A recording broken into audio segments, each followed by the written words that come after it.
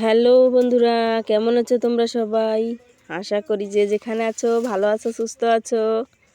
আর তোমাদের আশীর্বাদে, ভালোবাসায় আর ভগবানের আশীর্বাদে আমরাও ভালো আছি, সুস্থ আছি। চলে এলাম নতুন আরেকটি ভিডিও নিয়ে।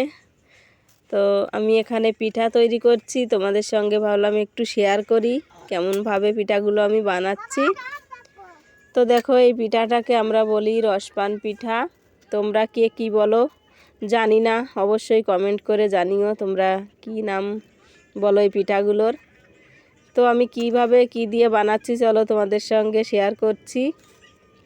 তো আমি প্রথমে ময়দা মেখে নিয়েছি, ভালো করে ময়দা মেখে একটা ডো বানিয়ে নিয়েছি। আর সেইগুলো ছোট ছোট করে লেচি কেটে রুটির মতন করে গোল করেছি। আর এই যে দেখতে পাচ্ছ, নারকেল কুড়িয়ে নিয়েছি, সঙ্গে দিয়েছি চিনি, বেশি করে চিনি আর নারকেল কুড়ি, আর এই সামান্য দিয়েছি লবণ, দিয়ে মেখে নিয়েছি। সেগুলোই এই পিঠাটার মধ্য দিয়ে বানাচ্ছি আমি। তো এই বানানোর জন্য একটা যে দেখো পিঠার এই যে খাপগুলো হয় না, এগুলো নিয়েছি, দু রকম খাপ।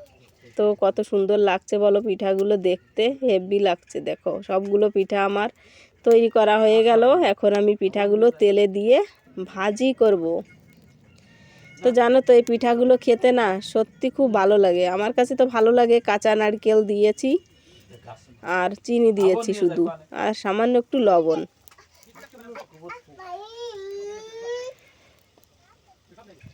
তো আমরা বলি এগুলোকে রসপান পিঠা, তোমরা কে কী বলো অবশ্যই কমেন্টে জানিও।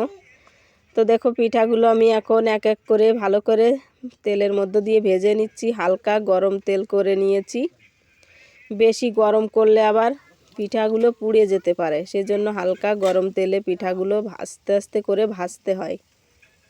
তো পিঠাগুলো যখন মুখে দিতে হবে না, তখন এই যে এর ভিতর যে চিনি নারকেল কোড়া দিয়েছি, তখন এই চিনিটা না গলে যাবে।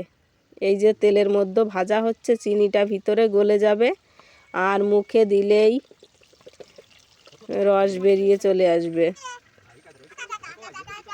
তো দেখো ওদিকে পিঠা বানানো চলছে আর এদিকে খাওয়াও চলছে, সবাই মিলে খাওয়াচ্ছে। দেখো আমার ছেলে, তারপরে আমার বরমশাই, মেয়েও রয়েছে।